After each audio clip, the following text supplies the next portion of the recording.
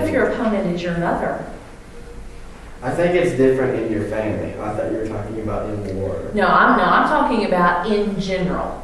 I mean, you think about war, you think about in business, you think about in sports, you think about, in relationships. I would say there isn't a solid rule. It's a decision that needs to be made on a case-to-case basis based on what you do, or based on what you feel your conscience and the Holy Spirit is telling you to do.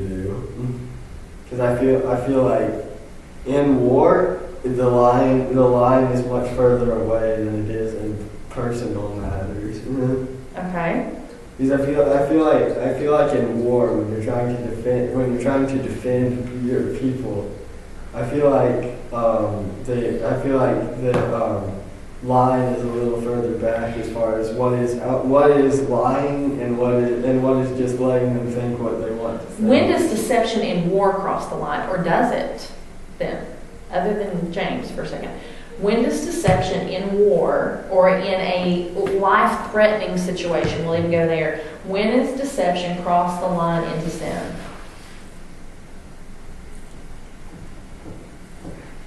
Or does it?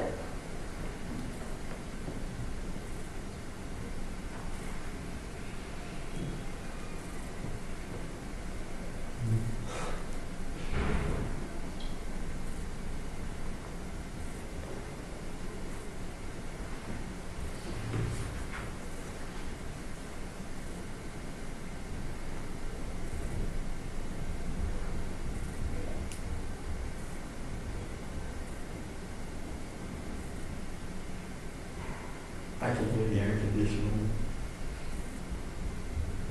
I can hear the crickets. I really don't think it does because it's life and death. So you don't think in a life or death situation, which I think war would be considered that, then deception does not cross that line? I think the only. Hold on. I know you hate me doing that. Do you hear how much these other people talk? Can you make them talk? I don't know. Me either. I've tried all year. Do you think it can cross the line into sin? In a life and death or war situation? How?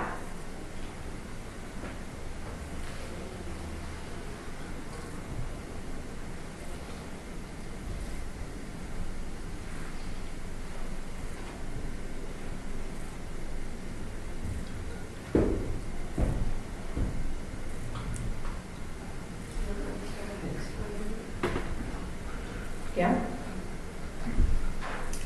Maybe if you have like the right mindset about it, it isn't. If you have a godly mindset. Okay.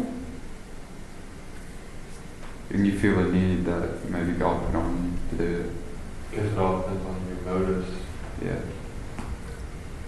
I would agree with that. I think it depends on your motives. There are many of a war. Now think about this. Hitler. Okay, was he deceptive? Yes. What was his goal? What was his goal when he began the precepts that led to World War II? What was his goal? World domination. No, he wanted Germany to become a bigger influence on the world. He did. And a subsidiary of that is he wanted to rid the world of the Jewish culture and people as well. And so I think you go back to the motives behind it.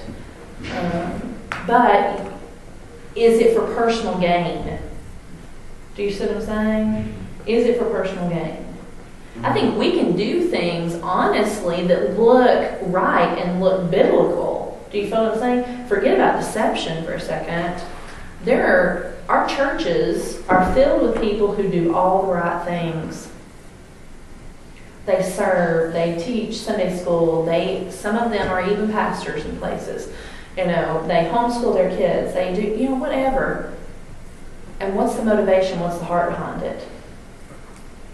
They want to be perceived as better than other people. Yeah. And so all of their, I think that, all of their good works, if you will, are actually just mirror images of the sin in our heart. So, okay, what else was it? Be decisive and quick. Exploit your enemy's weaknesses and avoid his strengths. Don't just do something for the sake of doing something. Make sure it helps you. Plan ahead. Don't make it up as you go. Don't attack someone just because they made you mad. No ruler should put troops into a field merely to gratify his own spleen. No general should fight a battle simply out of fear. Don't go into battle without knowing what you're up against. Be afraid of your mamas. Somebody needs to tell Blake that. You gonna tell Blake that later for me? You should be afraid of me. Then he'll be afraid of you, so then he'll be afraid of me. It's funny because my husband looked at me. He said, son, he said, apparently you don't know your mama. It's really actually kind of comical. Any last thoughts on Art of War? It's the best book we've read so far this year. Really? Anybody else? Who liked it? Wow. Is that a hand up or down or? I did like a lot better than The Prince. Yeah. But I liked All Quiet on the Western Front. Y'all didn't like that one? I like that one. I'm definitely the best one. What else did we read? My brain. You didn't like Malala? Didn't you like Malala? I really liked Malala. The interesting thing about Malala, which I saw in some of your all's answers, was the fact that, I have to be honest with you, my perception of the Muslim faith, I mean, I still believe it's not Christian. Do you see what I'm saying? I still believe they're lost. But my perception of the Muslim faith really changed after having read that book. So, the next book you're starting this week is Snowflower and the Secret Fan. It's by Lisa C. She was born in Paris. Her father was Chinese.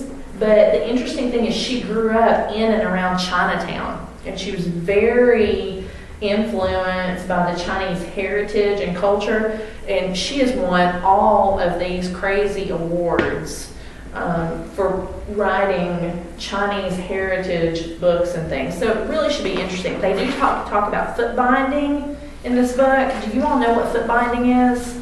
Okay. Yes. Foot binding back in the early, I've got to tell you this really quickly. It was considered beautiful for women to have these little tiny bitty feet. So when they were just toddlers and young children, they would take the foot and they would bend it. Think about where your arch is. And they would begin to bend it in half.